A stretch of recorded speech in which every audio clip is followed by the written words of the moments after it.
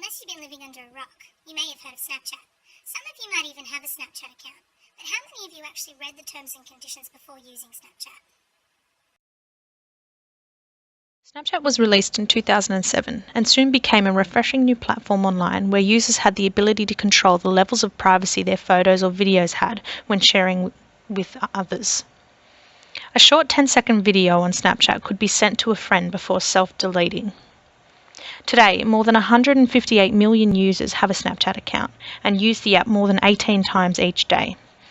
But would this number change if we thoroughly read the terms of use and could completely comprehend what exactly was private about Snapchat and what wasn't? In Snapchat's latest privacy policy, they've noted that they collect information from 3 different categories: information you choose to give us, information we get when you use our services, and information we get from third parties. The key word that stands out in this statement is the information we choose to give us is not just is only one category. There are 2 more categories that collect our information that we unknowingly surrender.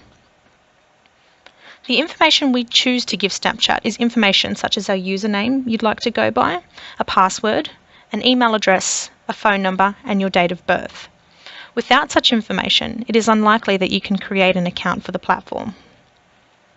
The second set of information Snapchat collects is information that they collect when we use the service. This information includes usage information, how you interact with the platform, what filters you use in Snaps, what channels you watch on Discover, and which search queries you submit. The device information, what type of device you use, the language you use it in, and internet networks. Location information and access to your camera and photos.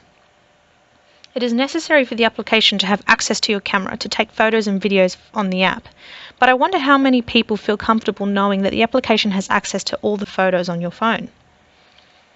Now, while some users might be quite complacent about the access that Snapchat has to their mobile devices and personal information, we need to look at why this may have negative implications. How would you feel if Snapchat was hacked and our so-called private photos were leaked to strangers online? Or if our personal information, such as a phone number or address, was suddenly accessible by anyone in the world? Would we get angry at Snapchat for obtaining this information? More than likely, yes.